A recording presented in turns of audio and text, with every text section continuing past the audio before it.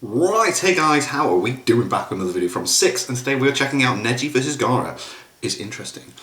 Who would win? This is an interesting one. Yeah, they never actually fought each other at all. I think most people would assume straight away that, like, Gaara was got this straight away. But, I feel like the way Neji uses Byakugan could really help him, defend against sand and stuff. I don't know. Let's see where it goes. Let's see what 6 has to say on the whole Neji versus Gaara situation, shall we? Excuse me. There we go. Neji versus Garra. Now, admittedly, just right off the bat, there is absolutely no narrative significance to this fight. There's nothing to imply that. Yeah, they need to fight or anything. Like the greatest fight in Chunin exams. Neji and Garra, as far as I'm aware, they don't even look at each other throughout the entire time that they're both on page. I don't think they interact, do they? So, the only reason that we're choosing to do this video is because the fight is a bit more interesting than, I think anyway, what Neji versus Lee versus Garra was and what Sasuke versus Garra was. Oh wow. Because of how Neji interacts with Garra and his specific defenses. Now, there is a little bit of a competition between Neji and Garra when it comes to how good their defenses are, because at least Tintin thinks that Neji's rotation is superior to Garra's sand defense outside of the sand dome. That's interesting. But yeah, so there's a little bit of competition there, but the overall fight as well is still just more interesting.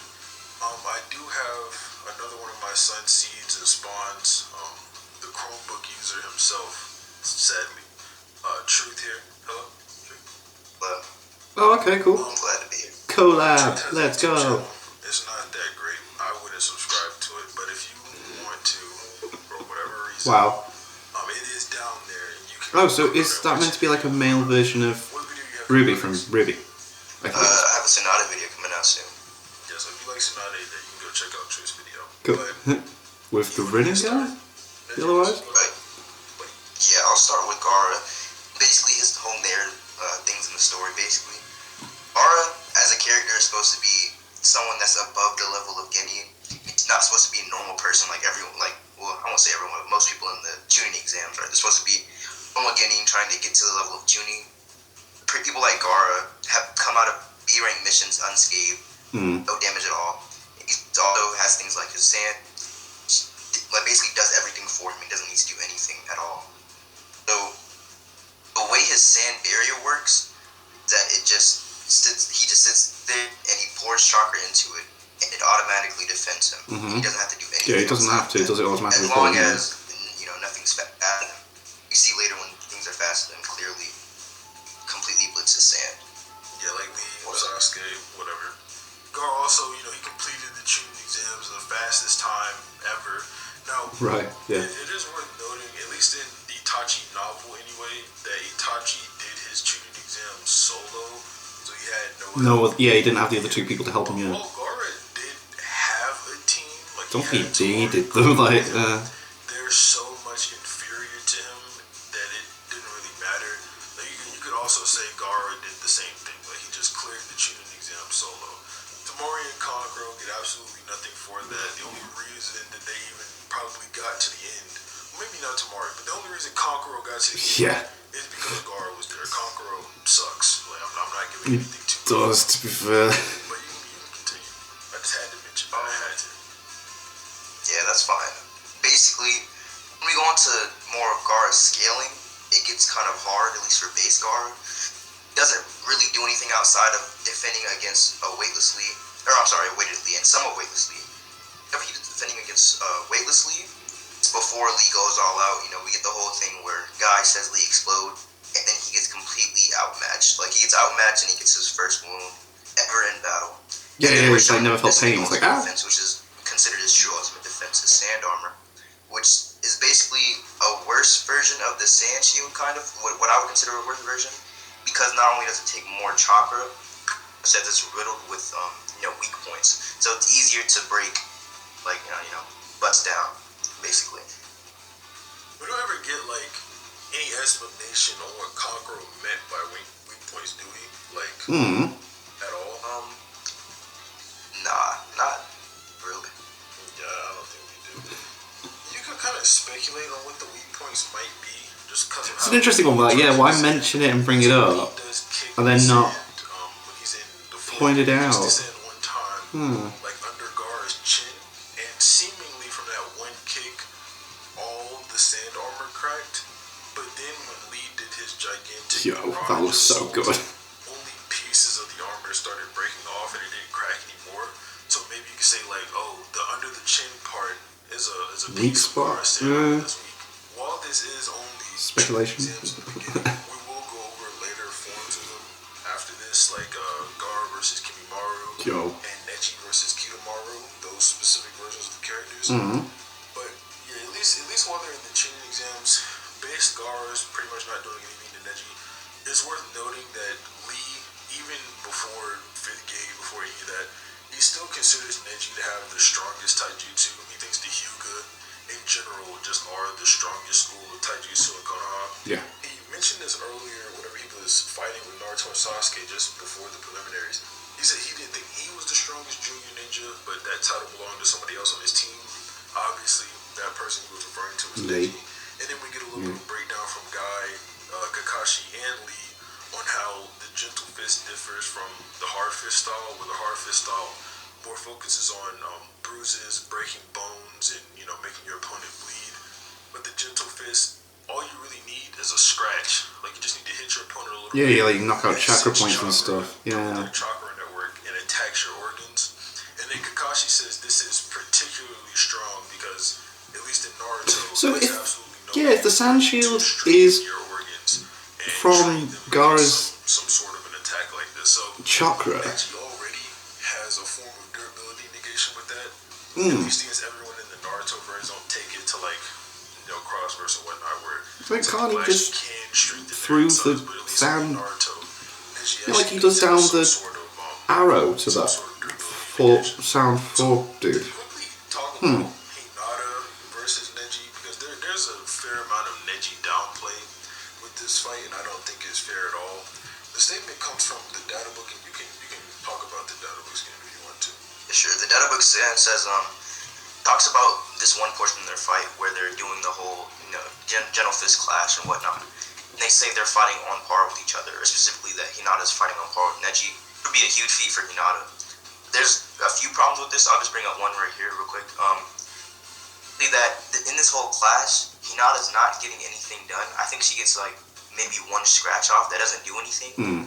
But later on, when we see the effects that Neji did, he completely destroyed her chakra network. Like she was riddled with hits and like points, and then when Neji felt like ending it, he just stopped her, and then he showed her all of her of her bruises that he gave her.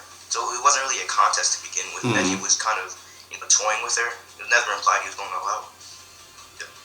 And then too, if you look further in the data book, or at least read the context of this, all it's saying is that in this particular scene, they were on par. So not only, like Truth said, Neji's not going all out in this particular scene. This is before he started using his Tenketsu pressing points or whatever, something like that. The passage above in the data book says that Hinata disliked conflict, despite which she fought desperately in order to change herself, but as expected, she was no match for Neji. So the data book literally just a little bit before this confirmed that Hinata was no match for Neji. And then you have other things in the manga too that just apply this. Guy says that Neji's master strike is whenever he hits the heart, which he wasn't using for the entire fight. Neji says that her attacks had been ineffective since the beginning. Sakura says that because of Neji's strength, this just isn't a fair fight. Like we said earlier, he was basically blissing her the whole time by hitting her Tenketsu points and she didn't notice. Neji's not equal to Hinata. That's complete downplay. It's complete slander. It doesn't make sense. I think most people would get that, but it's still, even still, there is the argument that he is, and we just have to address it.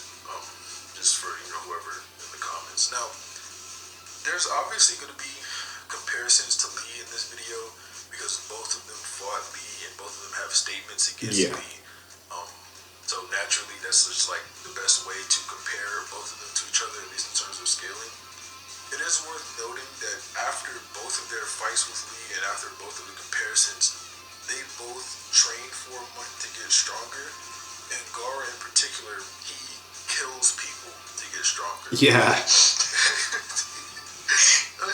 Like, damn. Under Brutal. the sand waterfall funeral. Now, this is extremely edgy. I'm gonna read it word for word, right? But it's extremely edgy. It just sounds edgy. There's no way for me to reword this where it doesn't sound edgy. But it'll be on screen. You can read it yourself. Let's see. The bloody tears of the dead blend with the mass of sand. Even greater power called upon to provide carnage. Jesus. A terrifying juice to end someone's life, squashing them after they are captured with the sand. Binding coffin, Jesus The Christ. sand closes in from every direction, its pressure numbering in tons, and before long, the opponent experiences death. Their blood instantly scattered from the sand and the openings in it. Despite this cruelty, it's as if some splendid fireworks had just been shot up. Jesus. A chunk of red meat returns to the ground, its crimson red blood absorbed by the sand, its strength becoming Garra's. So, it just says a Jesus. few times in there that Whoa. Garra basically gets stronger from killing people. And we know between his fight with Lee and Sasuke at least, he killed 2 Jonin in the hallway in front of Shikamaru and Naruto, and he killed Dosu when Dosu tried to confront him because Garra doesn't sleep. So Garra got stronger, and we see Neji training his rotations with Tintin in the forest in between those 2 fights. So they both get stronger from there. So that is a fair point. But there's still some comparisons you can make that just make it make sense, right? So Sasuke is directly compared to weightlessly, and you would get the implication from some people. They would tell you that this guy's statement, where he says that in terms of speed, Lee can't be surpassed, is referring only to weightless Lee, when the context doesn't really support that, because we have Sasuke rivaling weightless Lee, and then we have later Guy says that Lee would need the 3rd gate to beat Neji. So he's clearly not talking about weightless Lee being unrivaled in speed, just Lee in general. And 5th gate Lee being unrivaled in speed is nothing to scoff at. Lee's really fast. He's obviously faster than Garra, Sasuke, and Neji. So it's not like that's an anti-feat for Garra or an anti-statement for Neji. But anyway, Sasuke keeps up with Garra, or he's faster than Garra, and he's just as fast as weightless Lee. But then Neji, if you want to talk about this truth, you can. But Neji, you can compare him more to gated Lee, like 3rd gate, maybe even further. Okay. Yeah, so this isn't as blatant in the Viz translations, but what the raw kanji of the actual manga actually say, whenever a guy makes a statement about, Lotus and whatnot, he explains that the high-speed combo is what's needed to beat Neji. The Viz translation completely takes this out. It just says it's what's needed to beat Weird. Gaara and win the match. But the raws say that it's what's needed to beat Neji. That would mean, obviously, Neji should be faster than anything below the 3rd gate, I would say, since the 3rd gate is what's needed to actually use the reverse Lotus. And you can make arguments for it actually being the 4th gate, because the Lee he's commenting on is 4th gate Lee. So, there's obviously those arguments. So anything below those speeds, Neji should just be above a good margin. Okay. Yeah, so Neji, basically, the implication from this is that Neji's faster than Garra. He should be able to do similar things to him that Sasuke and Lee both did, if not to a greater extent because of the Gentle Fist. And then now we're going to talk about how, Neji's Gentle Fist would interact with Garra's sand armor. Yeah, that's why I'm intrigued by it. Come on, how's that work? The sand armor. I don't even think there's anything Garra can do. Yeah. So, Neji tells us that chakra-built substances just stand no chance against the Gentle Fist. He demonstrates this with Kidomaru, and Garra's whole sand thing is just chakra-built substances. So Neji, in theory anyway, should be able to just break down the sand armor and hit Garra's Tenketsu points and put him down, at least in base. Now, a common refutation to this would be the fact that Kidomaru's gold skin prevents him from getting hit by the Gentle Fist. People are like, oh, that's a chakra-built substance. It's not. It's just like something Kidomaru can do. It's not necessarily chakra-based. It's like anatomy based on him. Like, it looks sort of like a Genkai, that's what I was going to say. Jutsu. So I wouldn't call it that. It's just something that whatever clan he's from, the six-armed clan, I don't know, Spider Clan. Spider Clan. Spider Clan. So that's does whatever a Spider Clan can. So Neji should be able to just completely break down the sand armor and bypass it, put Gaara down. But Gaara has, just like Naruto, a way to get around that with Shikaku. Yeah. Shikaku is way more willing to lend Gaara power than Kurama is to lend Naruto power. So if anything, Gaara would be out way less time than Naruto originally was. And then we know that Gaara can also access more Shikaku power than Naruto can access Kurama power. Yeah. So when Gaara gets back up, him and Neji aren't going to be relative. He's going to be speed blitzing him, basically. Yeah. Right. So, I mean, at that point, Gaara can just take it even further. He can get a one tail. He can go like half transformation suit. He can go full Biju mode and shoot air blast at Neji. But whenever Shukaku comes out, Neji just stands no chance. Yeah, I'll give you that. You can quickly wrap it up by talking about end of series, both of them. But I don't think it changes much. No. Yeah, it doesn't really change much. It's kind of hard to compare. It's pretty easy actually. I don't know why I said that, but basically just that it's basically that Kidomaru just on a completely lower level than Kimimaro, which obviously Gaara was defending against, and he actually blocked his strongest attack, his strongest defense. So if Gaara wanted to use his strongest defense against end of series Neji is not getting past it. I'm sorry, Neji just isn't getting past it. For speed, it's also kind of easy. The Sand got massively stronger. Gaara also obviously got massively stronger from the end of series from Chunin exams. Even Lee says this, and we see him combating stronger opponents. Obviously, yeah, the end of series Neji is having problems against people like Kidomaru. Even their combat styles kind of contradict, and obviously Kidomaru has an advantage due to his ability to get farther away, and Neji needs to be close to win. Yeah. It's still something to note and something to show the comparison, the power of him. Kidomaru also directly compares Neji to Kimimaru. Not saying that they're strong to one another, but it's implied Kimimaru is stronger than the whole Sound 4 and just base, right? Like Kimimaru should be at least Jonin level in base, and the Sound 4 all lost to two out of chakra Jonin while they were in Curse Mark 2. So Yeah. they should be way stronger than them in base, even when they're in Curse Mark 2. And he says that Neji pushed him as far as Kimimaru did before. So Kimimaru in base can do what Neji did, kind of just casually, right? Just And nonchalant. Gaara obviously forced Kimimaru to go Curse Mark 2 whenever they were fighting. So it's just another thing on top. Gaara is stronger than Neji at that point. So quickly wrap everything up so everyone understands. In the Chunin exams, Neji would probably beat base Gaara, but then when Gaara pulls out any Shikaku power, Yeah, he's got it. Neji's done for. And then at the end of the series, at the end of part 1 anyway, Neji just cannot win. Gaara is just simply superior. Subscribe to Truth or don't care. And after that, Well, they seem cool. subscribe to me too. Have a nice day.